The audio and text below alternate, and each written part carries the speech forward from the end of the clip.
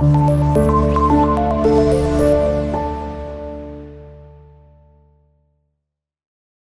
वालेकुम क्लास। आज जो हमने लेक्चर स्टडी करना है वो है फर्स्ट ईयर केमिस्ट्री और चैप्टर नंबर 12। उसका टॉपिक है जी हमारे पास रिएक्शन ऑफ सल्फ़र। अब हमारे पास जो सबसे पहले है वो कहता है sulphur combine with a wide variety of the organic and inorganic compound. इसमें से सबसे पहले सल्फ़र को जब हम बर्न करते हैं ना ऑक्सीजन की मौजूदगी में, तो सल्फ़र बना देता है SO गैस, जो SO2 गैस बनाता है। तो इसको हम बैलेंस है, और SO2 जो है मज़ीद रिएक्ट करता है और ये ऑक्सीजन की मौजूदगी में, और ये बनाता है SO3। अब इसको हम बैलेंस कर लेते हैं, तो ये बैलेंस है। तो इसके बाद रिएक्शन जो है सल्फ़र का वो रिएक्ट होता है HNO3 के साथ। सल्फ़र जब रिएक्ट करता है HNO3 नाइट्रिक एसिड के साथ, तो इस ऑक्साइड की मौजूदगी में ना सबसे पहले तो इसमें से नाइट्रिक एसिड में से जो NO2 ऑक्साइड गैस बनती है। नाइट्रोजन ऑक्साइड के बाद जो हाइड्रोजन है ना वो सल्फ़र के साथ ऑक्सीजन, यानी तीन एलिमेंट है, एक सल्फ़र है, हाइड्रोजन और ऑक्सीजन, ये तीनों मिलकर ना सल्फ्यूरिक एसिड को भी यहाँ पे प्रोड्यूस करते हैं। जब सल्फ्यूरिक एसिड पैदा होता है ना, तो रिमेनिंग अमाउंट हाइड्रोजन और ऑक्सीजन की मिलकर क्या बना देती हैं, वाटर। अब हम इसको बैलेंस कर लेते हैं। अब क्योंकि यहाँ पे हाइड्रोजन की 2O2 4 है, तो हम यहाँ पे 4 लगाते हैं, तो हाइड्रोजन हमारे बैलेंस हो जाते हैं। अब इस वजह से नाइट्रोजन भी हमारा 4 है, तो यहाँ पे हम 4 लगा के नाइट्रोजन को भी बैलेंस कर लेते हैं।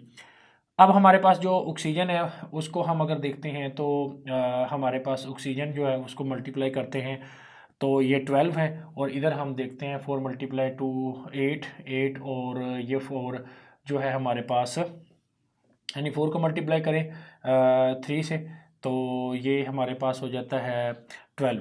तो जबकि इधर हम देखते हैं कि ये हमारे पास 8 ऑक्सीजन ये हैं, और ये 4 होगी हमारे पास 12, और 12 और एक हमारे पास हो गई हमारे पास 30। तो ये बैलेंस नहीं हो रहा, तो इसको हम थोड़ा मज़ीद क्वांटिटी बढ़ाते हैं।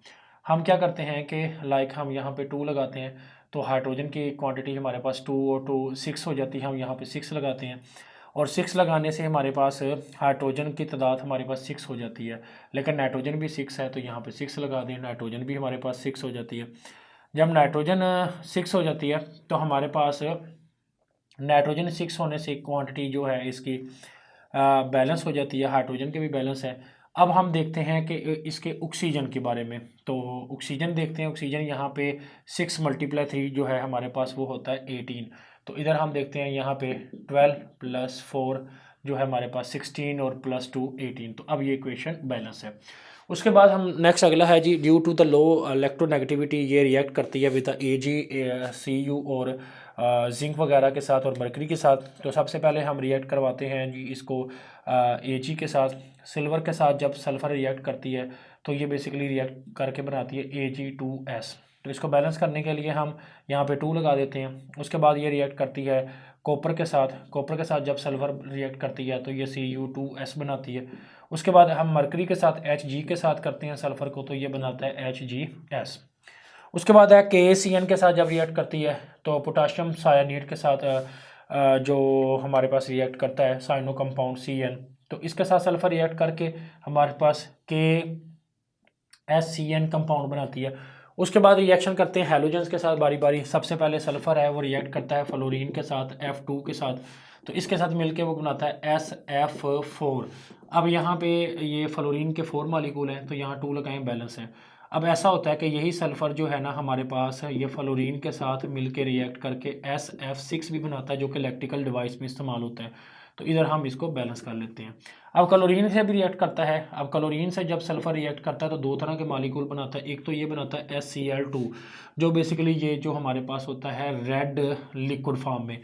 और अगर सल्फ़र को हम क्लोरीन से रिएक्ट करवाएं, और ये बनाता है H2Cl2, तो इसमें भी हम इसको बैलेंस कर लेते हैं, लेकिन ये येलो कलर का लिक्विड बनाता है। तो इस तरीके से ये हैलोजन के साथ रिएक्ट करता है, और बाकी हमारे पास कुछ मेटल के साथ रिएक्ट करता है एज आ ऑक्सीडाइजिंग एजेंट के तौर पे। तो ये इसके तमाम रिएक्शन थे, जिसमें से हैलोजन वाला मोस्ट इंपॉर्टेंट है, जो बोर्ड के अंदर भी आता है। Used of sulphur and its compound, इसमें सबसे पहला यूज़ ये है कि वोल्कनाइजेशन है, यानी जो वोल्केनिक इरप्शन होती है जहाँ पे लावा पड़ता है, तो उसमें कहता है it is use as a cross linkage of the rubber molecule. तो ये बड़े सख्त मालिकूल बन जाते हैं रबर के मालिकूल की तरह, a chain through a disulphide SS, यानी सल्फ़र के जो है ना लिंकेज बन जाते हैं। लाइक यहाँ पे हमारे पास ये मालिकूल है ना, हमारे पास ये देखिए इस तरीके से S sulphur sulphur sulphur sulphur sulphur, इस तरह सल्फाइड के मालिक्यूल बन जाते हैं। अच्छा, अब इसमें होता क्या क्या ब्रिजेस टाइप मालिक्यूल बनते हैं, और दिस इज़ कॉल्ड वल्कनाइजेशंस कहते हैं of rubber. It is improve the strength of rubber, यानी ये उसकी रबर की स्ट्रेंथ में बढ़ाता है। यानी सादा लफ्ज़ों में ये है कि रबर के अंदर बेसिकली सल्फ़र को इसलिए डालते हैं ताकि वो उसकी स्ट्रेंथ को, मजबूती को बढ़ा सके। उसके बाद है फर्टिलाइज़र, 12.11.2 टॉपिक है। इसके अंदर वो कहता है सल्फ़र एक मेन एसेंशियल न्यूट्रल है प्लांट के लिए। उसके जो हम बात करते हैं जिप्सम है, CaSO4 जो यूज़ होता है एज अ फर्टिलाइज़र। बहुत सारी ज़मीनें हैं जहाँ पे एसिडिक सॉइल होती है, उसको न्यूट्रलाइज़ करने के लिए भी सल्फ़र को हम इस्तेमाल करते हैं जिप्सम की सूरत के अंदर। तो उसके अलावा प्लांट ग्रोथ में इस्तेमाल करते हैं। Soil became as a depleted as a sulphate, and sulphur जो है ना उसको रिस्टोर करता है सॉइल को बाय अमोनियम सल्फेट की फर्टिलाइज़र की मदद से। एलिमेंट जो इसमें सल्फ़र है ना वो सल्फ़र कोटेड फर्टिलाइज़र होता है। बाकी सल्फ़र का जो है ना इसको एज अ स्प्रे फर्टिलाइज़र के अंदर भी इस्तेमाल किया जाता है, पेस्टिसाइड के अंदर भी, जहाँ फंजीसाइडल या एक्शन हुआ होता है, जहाँ पे बैक्टीरिया वगैरह ने अमल किया होता है। तो यहाँ पे 3 मेन यूजेस है। एज आ सबसे मेन यूज़ है जिप्सम के तौर पे इस्तेमाल होना फर्टिलाइज़र में। फिर उसके अलावा हमारे पास इसमें एज आ पेस्टिसाइड के तौर पे इस्तेमाल होता है फंजीसाइड एक्शन के ऊपर। फिर उसका मेन न्यूट्रंस पाया जाता है पौधे के अंदर, और उसके अलावा कोटेड कैसे किया जाता है वो हमने इसमें बताया है। फिर उसके बाद आ जाता है हमारे पास 12.11.3 गन पाउडर। गन पाउडर में जो गन पाउडर होता है, यानी गन के अंदर जो ब्लास्ट हम करते हैं वो पाउडर को, तो उसके लिए जो हमारे पास इसमें कि पोटाशियम नाइट्रेट है वो 75% है जो ऑक्सीडाइज़र है। उसके अलावा वुड चारकोल कार्बन है जो 15% है, मेन फ्यूल है हमारा। सल्फ़र उसमें 10% एडिशनल फ्यूल के तौर पे इस्तेमाल होता है। ये बर्न करता है पाउडर को फास्टर, और ये हमारे पास इसमें केमिकल इक्वेशन है जिसमें पोटाशियम नाइट्रेट को सल्फ़र और कार्बन के साथ जब तीनों को मिलाया जाता है तो एक हमारे पास ये जो डाई पोटाशियम यानी पोटाशियम कार्बोनेट बनता है, और उसके अलावा हमारे पास पोटाशियम सल्फेट बनता है, और कार्बन डाइऑक्साइड वहाँ से गैस बनती है।